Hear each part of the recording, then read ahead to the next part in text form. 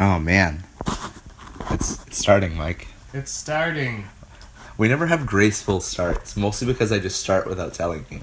I know, we just slide into things ungracefully. But that's us. Ungraceful.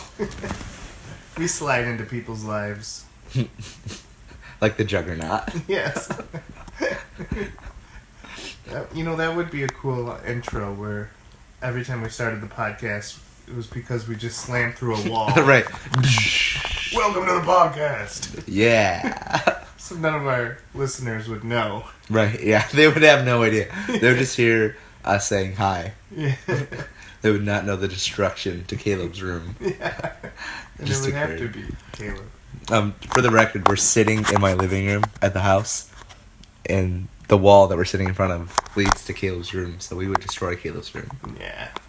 As in, we did. Yeah, we did. We actually went through with what we were going to do. Don't tell him. Yeah. It's like a new door. Yeah, that's what I'm saying. I'm Adam. Mm-hmm. I'm Mike. And, are you sufficiently recovered from last week? Oh, yeah. I'm actually still, my voice is still not recovered. Like, it's still scratchy. Well, I have the eternity cough. Yeah, This season I always get the eternity cough where every so often I'll be healthy and then, boom, I have like this destructive cough where everyone's like trying to give me CPR, the Heimlich maneuver, and I'm like, nope. And this is just the eternity cough. Yeah, I feel that. That's. I feel like when you live in Rochester at this time of year, you get this, and then like in the middle of winter, you just die from the flu. Yeah. Like that's just a given. Like people's work, school, people know. They're just like, oh, it's flu season. And I'm immune to the flu shot. Are you really? Is that your superpower? That's my superpower. When I was little, every time we got the flu shot, I would like get sick right after. Mm-hmm. And like, it was horrible. So my mom's like, "You're no longer getting the flu shot. I can't handle your sickness." Did it work? Well, now if I get anything that looks like the flu, I just have to struggle through it. Mm-hmm. Mm-hmm. Though many people say that the flu shot doesn't get you sick, that like scientifically proven that it can't. It's too weak. Right. Its whole purpose is to make you immune. Do I want to? Do I want to? You want to risk it? I want to risk it. Like if I got one and then I felt nasty the day after, I would never forgive myself. Mm-hmm. Mm-hmm. Or I'd get to skip work. Right. Maybe I'm getting a flu shot. Hey, yeah. Tom, we're calling in. Yes. Sadly, though, Cam's of Asters is a make your own schedule. Yeah. So, a lot of stuff happened this week, hey? Mm-hmm. It was my birthday. Avocados happened. The price went down. Yeah, the price went down. I saw that. I think that is all we should talk about. I think those are the only things that happened this past week. I want to make a fake news story about a bunch of millennials that ransacked an electrical college, demanding the professors give up their Hillary votes. Yeah. But I won't make that comment. No. Just put that there. Yes. Oh, man. Mm-hmm. So here at Brockport, there hasn't been too much of that going on. There's not been too much violence and protesting. Mm-hmm. Mostly because our school is under construction, and it's really hard to protest over the sound of jackhammers. Yes. But at the U of R, has it been unrestful? Today, there's a protest. Okay. On Veterans Day. Okay. Those poor warriors of wars past, they don't even get recognized. Right. Yeah. Maybe it was like an intentional sort of situation too, where they just like intentionally chose to do it. But yeah, that's really interesting. Yeah. That's real fun. A bunch of college students saying, "We're the real veterans. We had to vote. Right. It was a war." Man. So, for those of you that have been living under a rock... Wait a minute. Before you go into that, many people say that our podcasts are outdated Uh-huh. and that we're always a little bit behind the news. But I think Obama getting elected last week was amazing. That's what I'm saying. Yes. Our first black president. Our first black president. Right? And might I add that Batman Begins was a wonderful movie. That's a great movie. Yes. I can't wait to see how they do going forward. Mm-hmm. I heard that they got this delightful actor to play the Joker in Yes. Dark Knight Rises, Heath Yeah. Ledger. I think he's Yes. going to be great. He's a really I hope good he's actor. in other movies. Right. I feel like forward. I feel like this could really be a launching point for you. Yes. Absolutely. Did we just make a Heath Ledger joke? That's so... Oh, I need was- to take a shower. Wait, so we were talking about the time that Obama ran against McCain, or was that or was that Romney? That was clearly McCain. McCain, right? Because- Because Romney is still senator. Wait a minute. No. That was 2008, right? You know your history by the Batman release movies. Right. 2008 Was when Dark Knight came out. 2008 was Dark Knight. Batman Begins is when Obama became a senator. Right. Dark Knight is when he became Yeah. president. Right. And Dark Knight Rises is when he got reelected. Okay. That's how I know my history. There was 3 years in between the Dark Knight and the Dark Knight Rises. Yeah, I think so. That's crazy. Mhm. That's a long time. I remember because I was depressed for those 3 years. And then I was happy again. Oh, okay. And then after that movie, the Right. cycle continues. The cycle continues. Mm-hmm. Yeah. Good movie. Yeah. So we totally screwed up our time past bit. Yeah, but that was funny. Yes. It was funny regardless. Yes. Nobody was fact checking that moment. No. They all took that as fact. Yes. Nobody remembers. Mhm. Nobody remembers. Yeah, no, I remember the Dark Knight movie shootings. Do you remember that? When the show was being released and the movie was being released, and the guy in Denver went into a movie theater and he shot everybody. Do you remember that? That was the worst thing you could do Right. in a movie. Like, Right. who even has that kind of idea? Right. And it's like, because that was really important, because from that day on, they started doing movie releases earlier now, because usually it was like at midnight on Thursdays, Mhm. but now they do it at 9 on Thursday. Yeah. They do it earlier now instead And it's of because of that? yeah. So Well, I mean, the act was atrocious. Was the Mhm. guy thinking, like, oh, look at me, I'm the Joker? Or was he just, like, angry? I think there was a lot of mental illness going on, and I Mhm. think it was a combination of those things. But it sucks because movies I feel bring us together. Like when we're Mhm. watching a film, like we're not, it's not black, it's not white, it's Mhm. color. No, I'm just kidding. The movie is in color, obviously. But I meant as a people, like there's no division when we're watching a movie. We're all experiencing something, and it really does bring us together. And when somebody destroys kind of like the sanctity of that, when someone like that, hurts that, like that's awful. Like like movies, TVs, sports, they bring us together, and especially and we need that. The only reason we can enjoy those fantasy movies is because we have that relief that kind of evil doesn't happen on a normal basis. Right, exactly. And what that guy did is he brought the destruction of the movie and brought it into real life. Exactly, and and I think one of the things that we love about movies is, there's bad stuff happens, but then there's always justice at the end. And sometimes it just feels like in life that there's just not justice.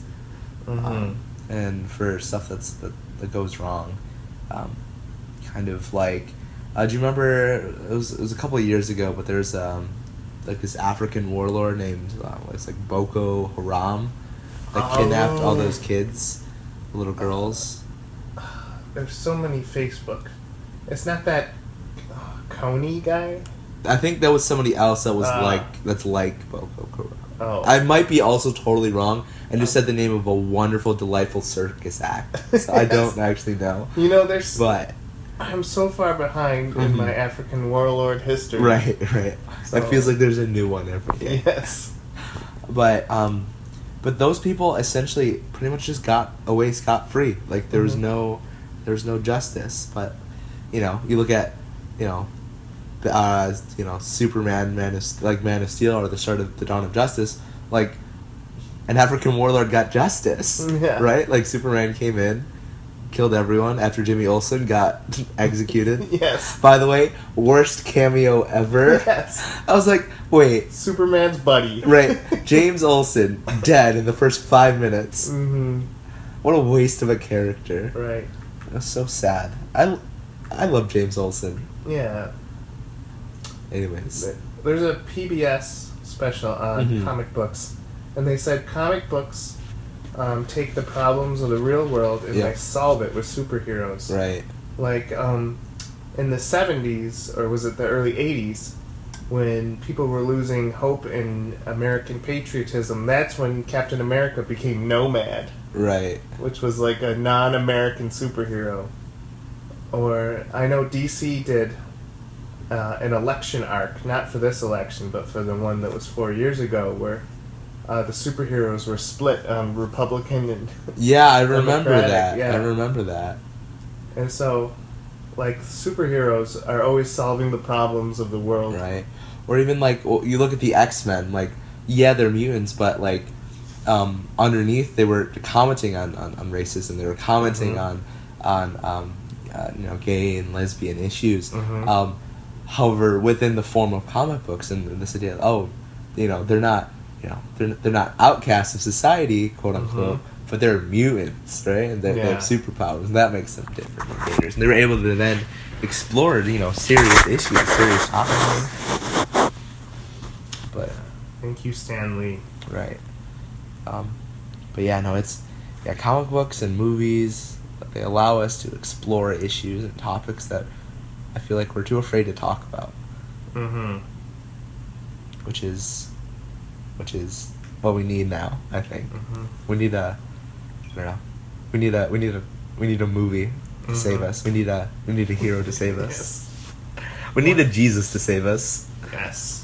A hero we deserve. Exactly. Oh, don't deserve, but or have. don't deserve. But the one we need right now. Exactly. I'm trying to quote that Batman line and I'm butchering it. And the other line I wanted to quote was when someone says, the Michael Caine line, when someone's like, how did we get someone so crazy in office? And I wanted to be like the Alfred. It's because of you, sir. When they didn't understand who they were dealing with, they reached out to someone they didn't quite understand. That was the worst. I know. Michael Caine impression. And I butchered the line. Let's just say I got that from the second Thor movie, because no one's seen it. Oh man, that was an interesting movie. Man, but yeah, that's so true though. Especially taking into consideration the events of this past week. Yes. Which is, I think we've been dancing around, but I think before we get into that, one of my favorite things that I saw on the internet was apparently the immigration site to Canada like crashed, like because there's so many people were trying to get on, it just destroyed their website and it collapsed, like people couldn't get on anymore. But I think for those that haven't been living under a rock, Yes. my birthday was last Wednesday, November 9th. No, the United States had our election. Yeah, election. Woo, which was fun. We actually had a group of like 10 or 15 students over at the house watching the election coverage Tuesday night, which was really cool. So then they were able to kind of we were able to talk it through, I think. Mm-hmm. And we were able to discuss, and we were able to have discourse in an environment that was really positive, where people could express opinion and questions without feeling judged. But yeah, so we had the election was Tuesday night. We got the results early Wednesday morning. Hillary v. Trump, the Dawn of Justice sequel. Yes.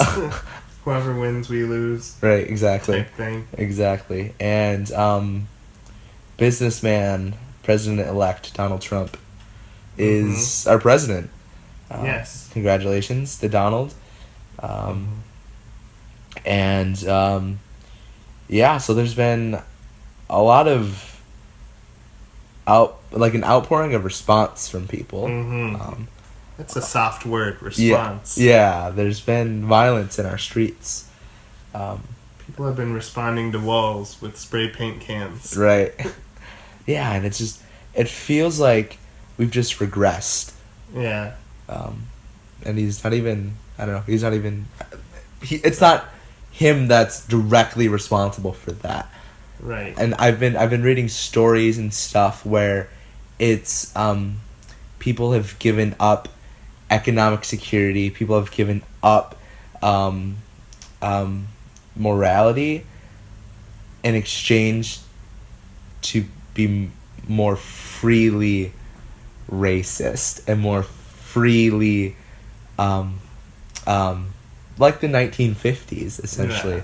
And I read a really interesting article where the person wrote, when Donald says make America great again, he's not saying that he wants to make us better and move forward into the future, but he wants to bring us back to a time in the 1950s where we thought, or when I say they, I mean white older America felt like they had power, and they felt like the world made sense, and they felt like things felt more stable. And I can totally understand that, especially when you look at the demographics for people that were voting. Most of the people that were voting, that voted for Trump and ultimately won the election, were over a certain age. They were over 30. They were white and they were male, and they're voting to get back a time that they felt like they lost. And I can understand that. Like, I can relate to that. However,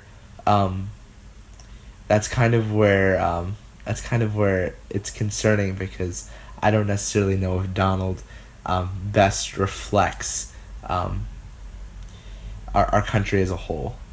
And I feel and having conversations with people here on campus, a lot of people feel disenfranchised. A lot of people feel like people voted for somebody that just that means that they don't matter. Like and on the Daily Show they said something along these lines. It's like, people that voted for Trump aren't necessarily racist. However, by voting for Donald Trump, you're telling other people, minorities, that they just don't matter. And that's scary, I think, for a lot of people. And Andre had a conversation with a girl from Turkey the other day, who's a transfer international student, and she was like, she just was really unsure about the future, and she just felt really concerned about her status as a student. She felt really concerned about the status for her family and stuff like that. However, I will say the one positive out of this has been the fact that we as the church have been able to have, I think on the most part, and by the church I mean the churches that I'm a part of and the ministry, the campus ambassadors that we're a part of, we've been able to have a lot of loving and really real conversations with people, and being like, we still love you, we still care, and you know, honestly, like, and Andre and I were talking about this the other day as he told me about him meeting with the girl, and like how he was telling her, you know, like, we love you, we support you, and all these other things. And I told him straight up, and I was just like, you know, if I witness like a blatant act of racism, if I see this, I now have an obligation as a Christian to act. Like, I have an obligation to love, and I think that's one, at least for me personally, like, I have now this obligation to not just sit back and just be like, yeah, we have a black president now, everything's great, we don't have to worry about racism, we can let legislation take care of that. But now I have an obligation to act. I have to act, because it feels like systematically the government isn't doing anything to help. It feels like just there's no support system overall from the top. Mm-hmm. So instead, I need to put that aside and just focus on what do I have to do to act. Mm-hmm. And that was a lot. But how are you feeling post election? Well, I'm in no way entitled to defend the Donald in any way, but I do admit that a lot of things that he represented got twisted by the other side. Absolutely. Which they in turn coined the phrase misogynistic, right? Racist, right? Bigotry. Yep. And ironically, them being the other side being violent, right? Exactly. About it is showing their bigotry, and they don't even realize it. Exactly. On the other hand, I do know that it's an absolute must for Trump to. He needs to talk to people, and he needs to figure out how to win back our faith. Right. There's absolute tweaks he has to make in order to win us back. Right. And yes, it does involve minorities. It does involve women. Just because there was so much unfair damage on both sides that, part of the blame goes to the media, because the media ate it up and turned it into their own stories. And the sad thing is our two candidates didn't stop those stories. Right, exactly. They just let them run their course, and now we have that damage. And, us being the gossiping humans that we are, we just fed into it like lambs to the slaughter. So now we have this huge cleanup mess, and we have to figure out, we finally, after all the smoke is cleared, we have to figure out now what was actually truth and what was stuff we just wanted to hear. Exactly. Yeah. Exactly. And I think going off on the protest comment that you had, that the violent response is the exact thing that we can't have. Yeah. Right? That's when it's so hard for me to see someone that identifies as Democrat, someone that identifies as liberal, say that this is the only alternative, that we have to resort to violence. Yeah. You're giving in to the exact thing that you were fighting against. Yeah. Right? And conversely, on the conservative Republican side, the people that are judging those people, what they're missing out and what they don't understand is that these people feel disenfranchised. These people feel like there's no other option, and you have an obligation to bridge that gap and show that you still care and you still love. And it just I don't know. As Christians, we have that obligation to be the peacekeeper. We have that obligation to be that bridge. Yeah. And sadly, even though I don't agree, I kind of was hoping Hillary would win. And here's why. Yeah. Because statistically, the evangelical Christians are on the Republican side. Yeah. And when Republicans, aka Christians, get disenfranchised or depressed, or we get our hopes kind of beaten out of us, we have a much, much different reaction. Yeah. And so I was kind of hoping Hillary would win, because when we face loss, we go to Jesus. Right.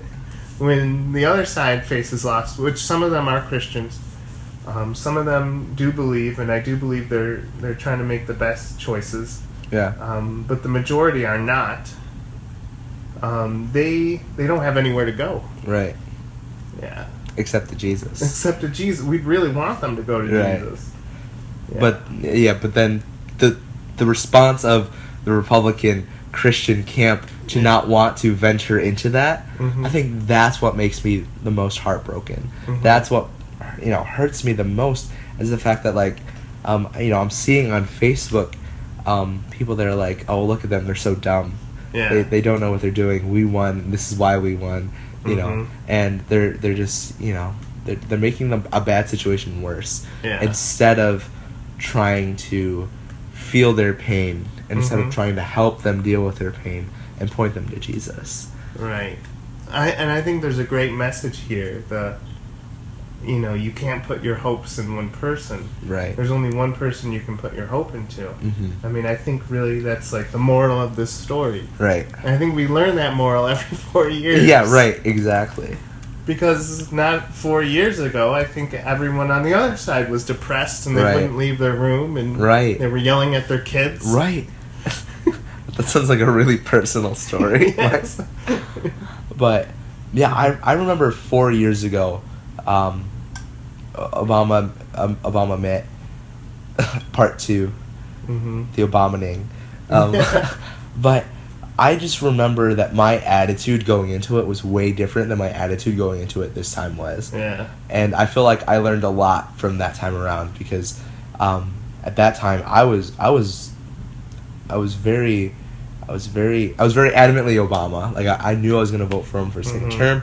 There was just no way that I could vote for Mitt Romney, and I felt like he represented a lot of things that I just didn't identify with. Mm-hmm. And I was very like sarcastic and snarky and really mean Mhm. on Facebook, and I pushed a lot of people, especially within my family, away. Mm-hmm. And like after Obama won, I then was sitting there. I was just like, I kind of came to this realization that like, yeah, I won, but like, Mhm. did I really win? Like I damaged relationships. I damaged like bridges and Mhm. like, and that's why going into this one, I was very much less so about that, but more about how can I best bridge Mhm. between these two sides and just be a voice of love and a voice of reason. And hopefully, because I don't know if you've seen the statistics, but like 46, or I think it was either 46 or 49% of the population didn't vote at all. So it was something minuscule, like 27% voted for Trump, 26% voted for Hillary, and then like Yeah. 12% voted for Johnson. Yeah. So that's like such a small amount of our population, and hopefully, going forward, people realize that democracy involves all of us, and we all have to be involved, and we all Right. have to use our voice. We all have to go out and vote.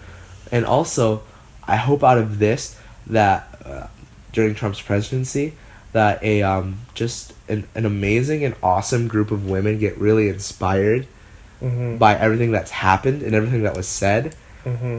and that they go forward and take a greater, they get more involved in government and get Mhm. more involved in politics and get more, and use their voice and get involved. However, I do hope and pray that they don't do it Mhm. out of a sense of revenge or a sense of justice, but instead of wanting genuine positive change. Genuine positive change, yeah. I will say that, like, this election had the nastiest version of the game. Absolutely. And it is a game. It's a game that you... How you play it? Yeah. It should have been pro wrestling. I wrote a blog Yeah. making everything a pro wrestling I saw it. reference. Did you see the I sent you a meme of Bernie Yes. Sanders? Yes. The money in the bank. Yes. That was so great. Yeah, but, like, it's funny, like, the year leading up to the election, everything was about nasty comments. Yeah. Was about winning over certain newspapers. You said things that that no normal, healthy human being would want to say to another person. Right. But you heard them being said, mostly from Trump, because that was his persona. Right. And, like, deep down inside, you knew, like, this... He's a healthy man. He knows he shouldn't be saying this. Right. And then the minute he won, we saw probably the Trump that he actually wants to be. He was Right. nice. He was genuine. He Right. talked about unity. Right. He thanked Hillary Clinton for Right. being such a good adversary. Yeah. And honestly, I would like to know what percentage of what was shown to us was real Donald. Yeah. And what percent and I honestly believe he's going to be a lot more moderate than what he said. He's going to have a lot more conversations. Well, he's going to have to. Yes, yes. Whether he likes it or not. Yeah. I however will say his vice president Pence, he professing Christian from what I heard. Yeah. So hopefully he's a voice of reason in the White House, and he can kind of guide and give him really solid advice.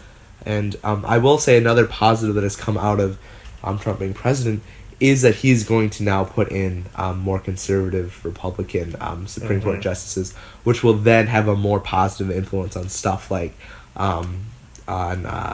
like abortion and stuff like that, which was my one moral quandary about voting for Hillary was like knowing if I vote for Hillary, like that's going to be an abortion. But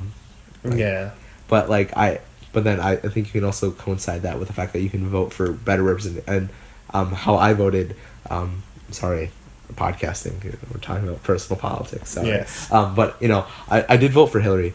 But for my representation, I did vote mostly Republican, mostly conservative, because that's how I want my voice to be heard. However, between the two candidates, I just couldn't bring myself to vote for candidates.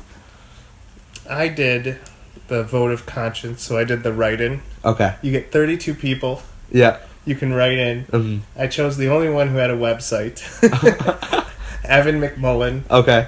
Who represents the boring Republican politics of not being dramatic. Right. That's my platform. Make politics boring again. Right. Yeah. Because if you actually have to look up issues and learn about them, then the politics are doing something right. Right. Right. If the only thing you have on a politician is their latest rape allegation, right, then something in the White House is wrong. Right, exactly. Yeah, I don't know.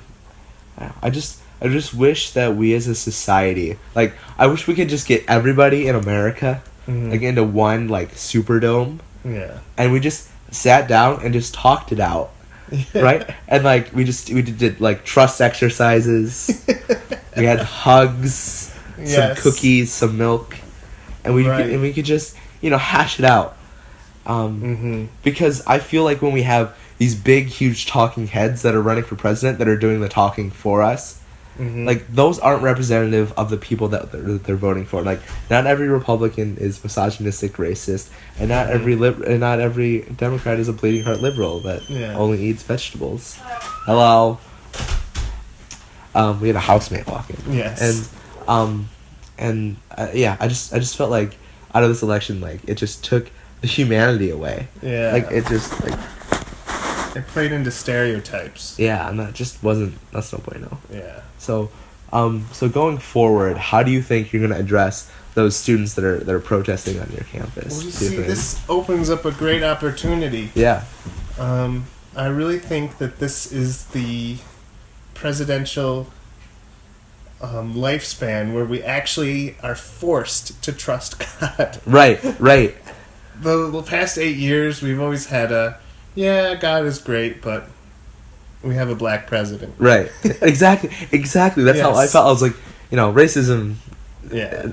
We're gonna make progress here, or we're gonna make a lot of progress. But now it's out of our hands now. Right. So, campus ministry wise, I have this great lead-in where I want to get everyone together and discuss the 9 reasons you shouldn't panic going forward. And I think if students actually want to hear, which I do believe they do, then they should be there should be a great turnout to this. Agreed. I think God just put Trump as president to help us campus ministers. Yeah, agreed. Get more people. Yeah, exactly. Thank you. Thank you, God. And and that's definitely the place that I found myself. I woke up on my birthday, and I went to bed pretty early. I went to bed at 2, so that was pretty before Trump had won. But at that point, I think if we were honest, we knew that Trump was going to win at about midnight. He had a pretty solid lead. So I went to bed knowing that Trump was probably going to be president. I woke up, and before I even kind of saw the results, I wrote a letter on Facebook, which I really needed to do.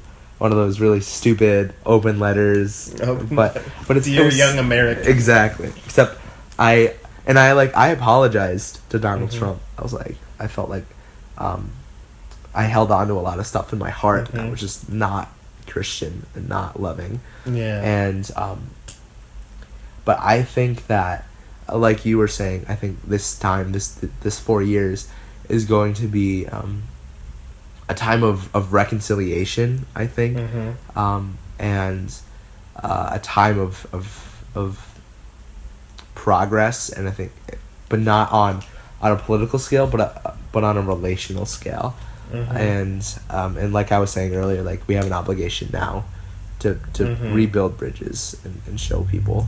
Absolutely. So I'm thankful for that. So, yeah, political coverage by Adam and Mike. Yes. Two of the most unprepared. Yes. You know, we're like every millennial. Right. Things would change if they only listened to me. Right. If we could only just sit around a plate of paella. Yes. And drink I have the answer. I took a class. Right, exactly. But isn't that what college is? Is you're paying a lot of money. $50,000 a year just to hear a professor's opinion? $50,000? Where are you going to school, Mike? Oh, U of R, that's right. U of R. Here it's not that much. Yeah. It's like 12. You have to give a pair of socks. Yeah, exactly. To go to class. But yeah. Let's move on to nicer things, Mike. Yeah. Well, actually, I have like a lighter version of the the 2000 election. Yes. This is called Diablo 3 or the 2016 election. I like Diablo 3. Yes. Which you get to decide what I'm referring to. Okay. All right. So the first thing is, am I explaining something from Diablo 3 or the election? Okay. Contains M-rated material. Oof. I mean, the answer to that is both. Yes. I mean, Diablo 3, in fact, did get an M rating from the ESRB. But if we're honest with ourselves, our coverage of the election, that was definitely M rated. Yes. Words were said, actions were taken. One has a lot of bloodshed, the other one you can be a mage. Yeah, well, you figure out which one is which. Yes. Contains corny lines that make you cringe a little. The Diablo 3 writing is interesting. Blizzard does not do a good job with its writing. No. However, whoever wrote for Hillary Donald, you're fired. Let's bring it into the new millennium. All right. The object of this is to spread as much carnage as possible. I feel like the distinction is in the election, that wasn't the expressed purpose. Yes. But it ended up being the purpose. Whereas in Diablo, you're going into the game knowing you're going to just slaughter hordes of the undead. Yes. Yes. Like in WCW, when you're having a match against Raven, you know there's going to be a trash can. Right. Even if it's submission only. Right. Alright. Out of nowhere. Every time you walk into a room, there's a horde of psychos ready to rip you apart. Ooh. See, in Diablo, there are rooms that are clear. Yes. And you won't get hurt. However, I felt like every time I went anywhere online, within 2 keystrokes, there was violence. Oh, yeah. I had to stay off of the Facebook. Scary. You don't feel safe unless you're carrying a weapon. I think, sadly, that's more real Yes. in the election than it is here than in Diablo. Because Diablo, you can play as a monk and you can go barehanded. Yes. You know, and on a side note, if they ever took away guns in America, that would be awesome. That would bring us back to the samurai era. Right. You wouldn't need bladed weapons. Yes, we would learn all these disciplines. Right. Like Bushido. balance, agility. Right. Oh, we'd be so much better for it. We really would. Yes. We could get trained by Liam Neeson on an ice floe in the mountains. So, there's just so, take away our guns. Let us become the ninjas we deserve. Exactly. That's what I'm saying. Make ninjas great again. Yes. The last two bosses are always the hardest and most unfair. Yeah. That's true. For who? Yes. It's kind of like if you played Ocarina of Time. Yes. So you know how Ganondorf becomes Ganon? Yeah. That's kind of how I feel about this election.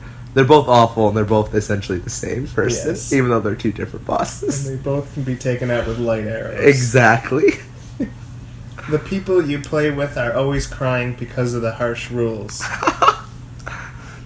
I feel like most of the crying in Diablo is about loot sharing, not about how hard it is. Yes.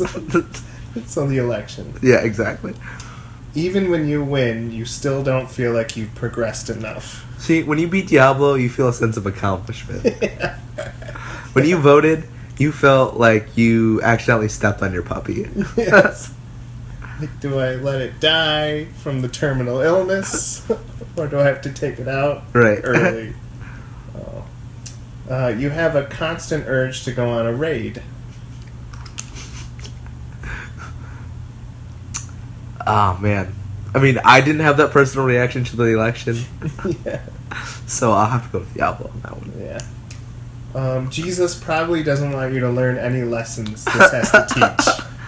Well, I feel like 100% that Jesus does want us to learn from the election. Yes. And I feel like he does want us to learn something from Diablo, although I'm not sure what. Yes. Spending your life in a safe space makes this very lame. Diablo? Yeah. You can't spend the entire game in one spot. You gotta progress, man. Yeah. Throwing your monitor through a store window is a common reaction. I think it depends on which side of the fence you land on for the election. Yes. Could you imagine? Donald won! Let's riot. Yay! Burn the town! Alright. So, I think the answer was the election. Yeah, pretty much. Yeah. The election, more violent than Diablo. So, if real life... this is part 2. Mm-hmm. If real life was a game, Mm-hmm. what would these common tropes... What would they... If they were power-ups, what would they be? influence? Mm-hmm. Yeah. For example, democracy tears. Right. What would they do? Yeah. I feel like that's a because they wouldn't heal you. No. I feel like they'd be like the poison mushroom in Mario. Yeah. You got democracy tears. Man, I think Winston Churchill said in his speech something along these lines. I might be butchering it, but he goes, "Democracy is the worst form of government, but compared to all the other ones we've tried, it's for the best." Harambe fur.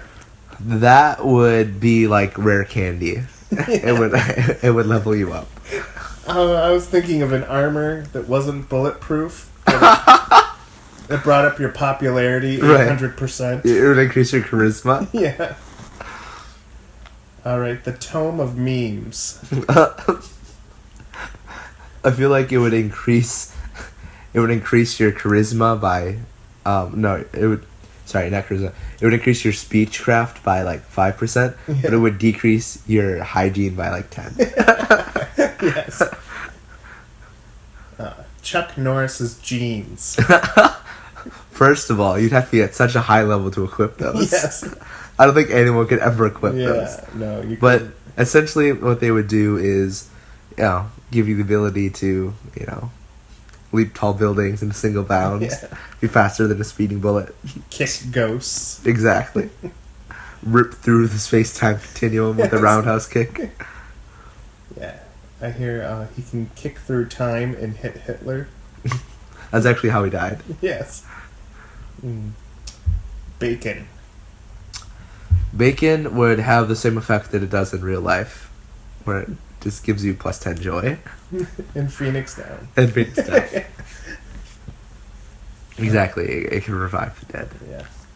A righteous Facebook post.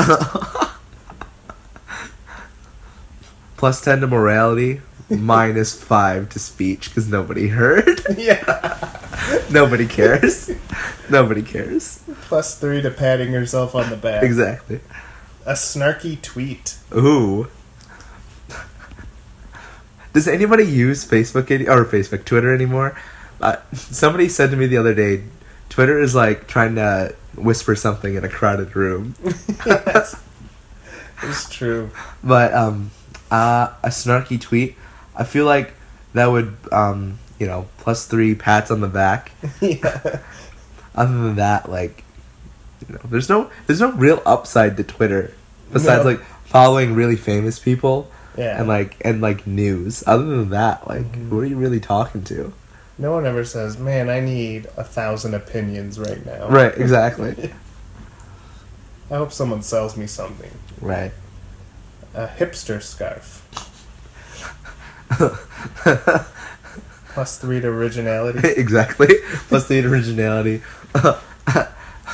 Plus 5 pretentiousness. Yes. A double mocha latte, no foam. Plus 5 charisma to nobody except Tom. Yes. Increases Tom popularity. Exactly. The 50 Shades of Grey book. Ugh. Minus 50 to everything. Minus 50 to romance. Exactly. Minus. Ugh. Comic-Con tickets.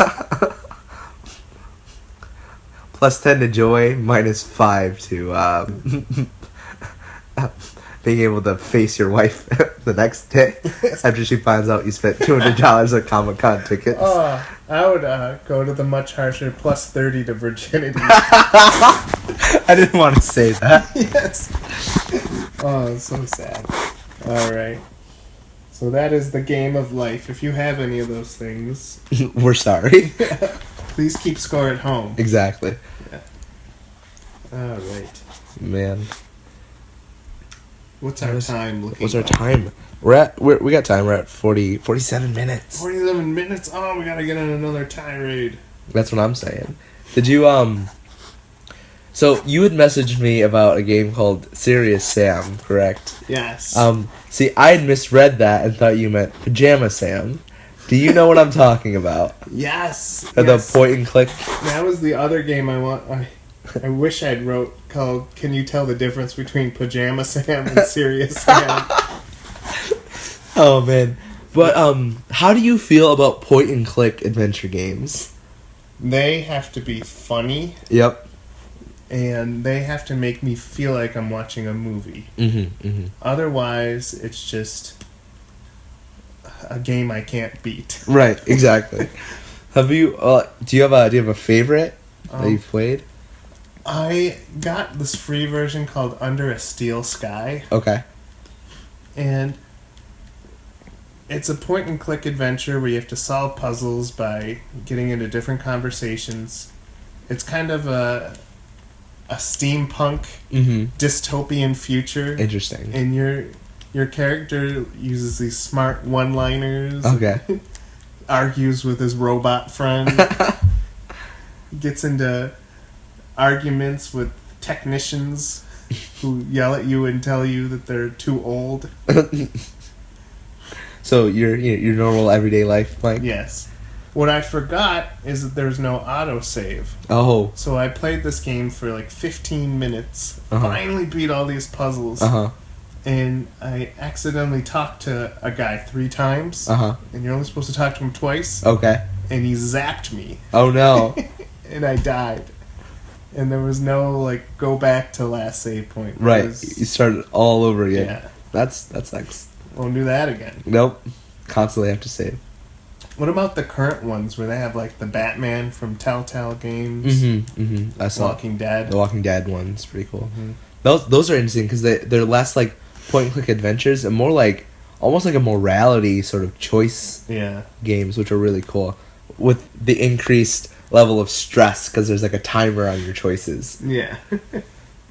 Telltale Games, I think, has been doing really interesting stuff. Really good. But I actually grew up playing a lot of point-and-click games. Like, I played, like, Freddy Fish. Spy Fox. Yes. And there was a car one. I forgot his name. Oh, Putt. Putt. Yeah, Yes. Putt. Putt goes to the circus. Yes, exactly. And that is going to be the name of the podcast. Putt goes to the election. Yes. Mm-hmm. Oh man, but yeah, I grew up playing those games. But my favorite was Pajama Sam. Pajama Sam. And you played as this little kid whose name was Pajama Sam because his name was Sam and he wore pajamas. And he was afraid of the dark, just like I was. And he went on an adventure to stop the darkness and to get light. Wow. Which is it's a lot of fun. It's a good game. I'm thinking of HD remaster, where it's now a third-person adventure. Right. Where you actually have to fight hordes of Darkness. Yeah, with like a flashlight. Yeah. Yeah, that's pretty great. But did you ever play Monkey Island by LucasArts? I've seen it played. Mm-hmm. Another fun game. Yeah, which is when you said like what you expect out of a point and click adventure game, like pretty much that is the pinnacle of the genre right there. It was like the late 80s, early 90s. They had the Uninvited, which was a game where you point and click, and you went in this haunted house. You were a private investigator. Oh, that's cool. And what I hated about the game is you could collect everything, but nothing really had a purpose. So you could have like 30 towels in your inventory, right? And they didn't mean anything, right? But you didn't know that. Yes. Like they keep popping up. They must be important. Yes. Oh, I got all these toilet cozies. Right. Better question is, where's this detective putting them? Yes. And is he just a hoarder? I just think he's a hoarder. I just Hoarder Simulator 2010. Yeah. So I always hated that. Mm-hmm. That, like, in Elder Scrolls, you could pick up plates and candlesticks. Yep. And I want to know... Usually by accident. Yes. What's the purpose? Mm-hmm. The worst is, like, when you're at a shop, and you hit X to talk, but it's also X to steal. Yeah. So if there's like a bunch of stuff on the table, and your cursor just happens to be just a little too low, and you accidentally steal a bowl right in front of the shopkeeper, and then the guards get called in. I hate that. Yeah. Mostly because I'm impatient. Yeah. I hate that in real life. Yeah. When you walk into a store and you steal something right in front of the shop owner. Well, it would suck if, like, every time you picked up a DVD, the guy was like, hey. Right. It's like, won't you let me take this to you? Right, exactly. Don't make me call the guards. We're in a mall, sir. Yeah. Why don't you just grab it? Right, why don't you take it? Yeah. That's ridiculous. Have you ever tried the barrel trick in Skyrim? What's the barrel trick? trick? Put a barrel over someone's head. Okay. And then you can steal whatever. Really? Does that work? It works. Because they can't see? Yes. That's amazing. I did not know that. I gotta they don't do that. even care. I gotta check that out. That's so funny. That's so great. I gotta see that. Skyrim's a fun game. Do you see that they remastered it? Of course. Yeah. They've been remastering a lot of... Caleb bought the remastered edition of Bioshock. It's like Bioshock Anniversary Edition. It's like remastered, but it's for the Xbox One. Oh, yeah. The new systems are starting to have fun games on them. It's true. Fun stories. Finally. I know. A year and a half later. And it's calling out my name, but I don't want to give in. Right. You think you're going to get a PlayStation 4? No, don't even say that word. Okay, sorry. Are you PlayStation or an Xbox guy? I can go both ways. Same. It really just depends on, do I like the color green or blue? Right, exactly. How you feeling that day?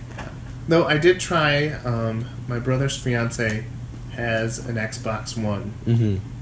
And it is completely a brick without the internet. And she didn't know her Wi-Fi password. Oh no.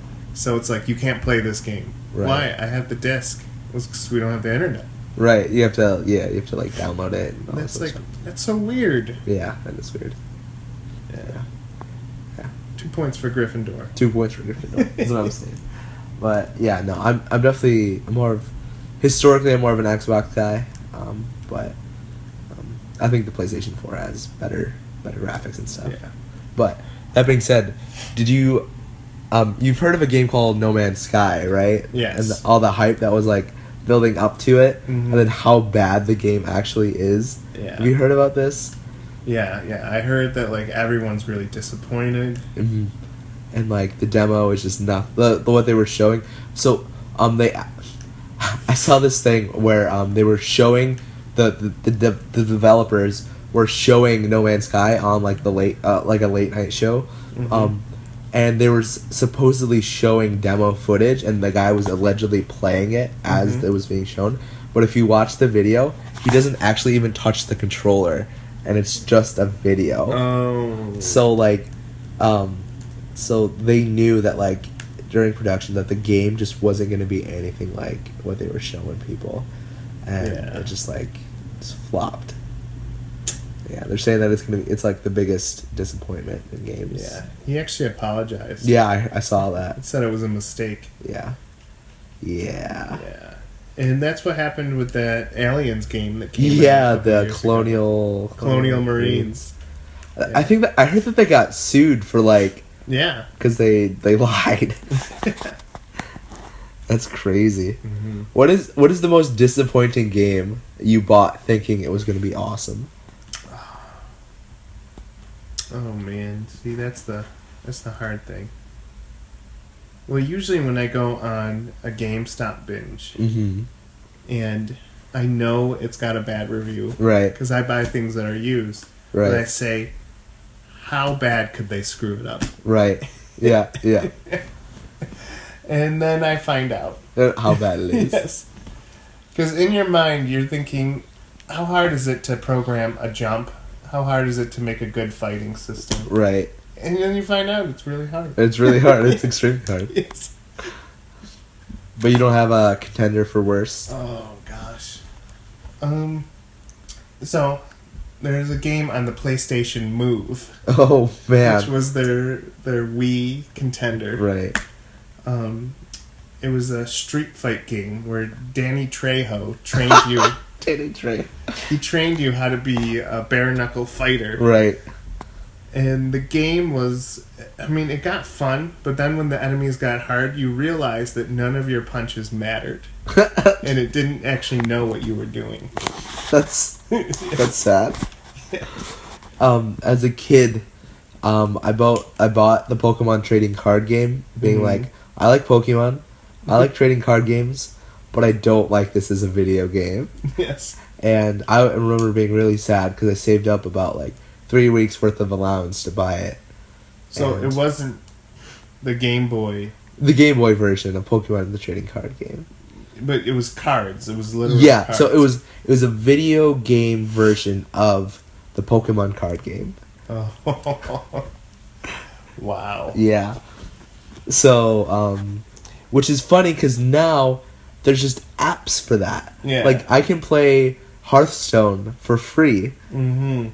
I can play Magic the Gathering Carcassonne for free. Exactly. Like, that's all online. But, like, I had to pay $15 in the early thousands to play Pokemon the trading card game on the Game Boy. I've never heard of this before. Like, I think they tried to hide. Yeah? Yeah. I don't think it was a very popular, very good game. Yeah. So. But I think more recently, a game that I purchased and was disappointed in was Destiny. Destiny? I got Destiny, and I don't know. I think if Destiny was released before Borderlands was on the market, it would have been better received than it was. But because Borderlands came out, I think people went into Destiny thinking it was going to be a more mature, more grown-up version of Borderlands, right. And it just wasn't. See, that's what I thought. Like, Borderlands was so good and so thorough. Yeah. Do we even need a Destiny? Right. Did it have enough to actually separate it from what it was so badly copying. And like the Borderlands, everything about Borderlands is better than Destiny. Yes. The weapons are better, the classes are better, the leveling up system is better, the universe is better, the story is better, the graphics are better. Yeah. And I heard that they just ripped off Phantasy Star Online, that Destiny did. Destiny, yeah. Even to the point where when you were waiting for a match, you can play lobby soccer. And you can do that in Destiny too. That's crazy. Phantasy Star actually invented that, so that's ridiculous. Yeah. So yeah, I was disappointed. Yeah, I was disappointed. But these are all sci-fi games. Maybe we should avoid them. Right, and that makes me so sad because I love sci-fi games. Because Titanfall was getting a lot of hype, and then people just weren't happy with it. But it's getting a second game, so yeah, that'll be good. And I really hate those Mountain Dew commercials where they show footage of the game, but they're shooting out Mountain Dew. It reminds me of that game that came with Chex Cereal. Yes! Or like the Doritos games. Yeah, I know what you're talking about. Yes. It's so ridiculous. You know, someone actually took that first-person shooter about Chex Mix and made it into 2 sequels. Oh, man. There's a well of information. Yes. It's wonderful. It's ridiculous. Unbelievable. So, Mike, it's about that time to start wrapping it up. Ready to get some food? Ready to... Wait, what do you got for us this week? You have it well hidden. I'm scared. I feel bad that last week's was so unhealthy. What was last week's? That gas station food. Oh, yeah? You got How about some freeze-dried broccoli? Oh, no! Oh, no! You know how fruit is amazing when you freeze-dry it? Yeah, Maybe that's true with broccoli. That's maybe not. See... Oh, is it pungent? You can smell it. Oh! I can't even describe what it smells like. It smells like someone took packaging peanuts... Left them in a toilet? Yeah. Oh, gosh. It smells so bad. And I know that it smells bad because I'm like slightly stuffed. Yes. And I could still smell that. Mm-hmm. Oh my gosh. It holds the shape. Oh, of broccoli. You got a real big piece. I'm proud of you, Mike. And this is so surreal. It's like a toy you'd buy. Right. It looks like broccoli. Yeah. But from Fisher Price. Right, but it's super light. It's not as heavy as you think it should be. Is this a movie prop? Maybe we're just eating movie props. There's no way this can be good. There's no way. There's no way. It honestly just smells like nothingness, but awful. Awful nothingness. Like going into an old attic. Right. It's empty. Right. They couldn't make this like ranch flavored.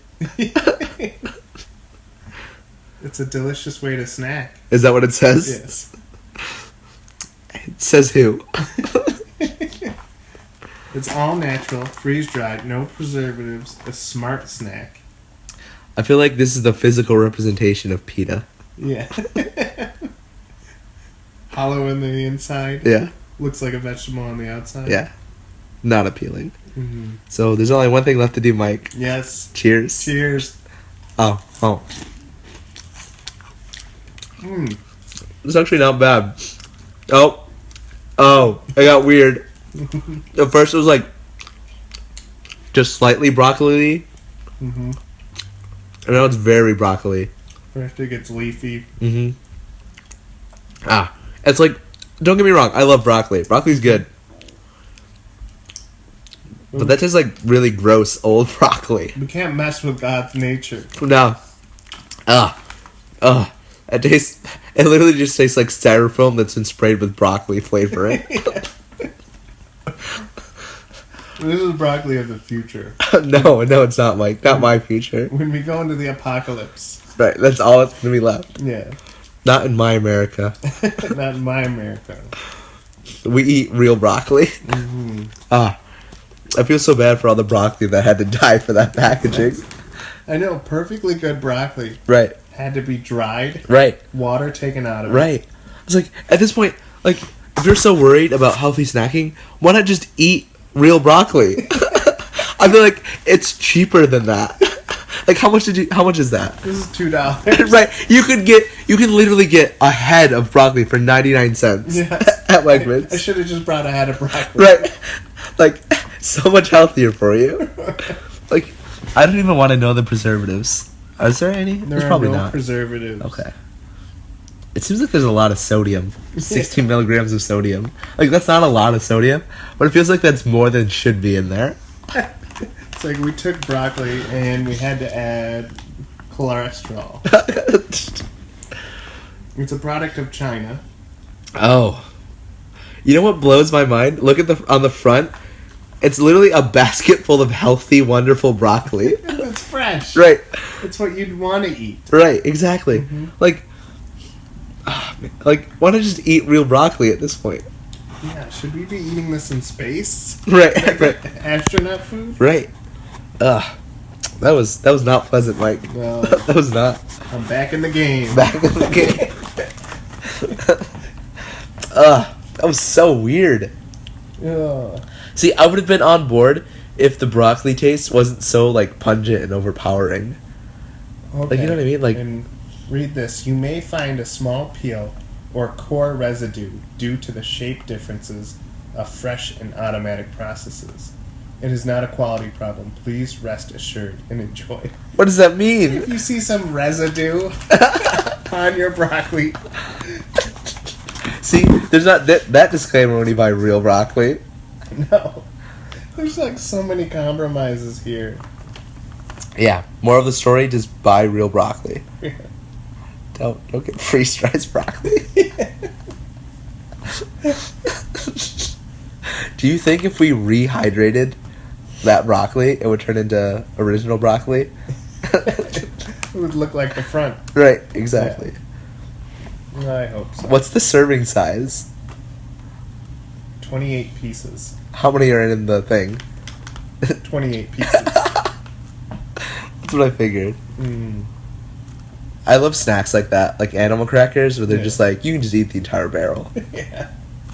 I was planning on anyways doing that, but Or those fish.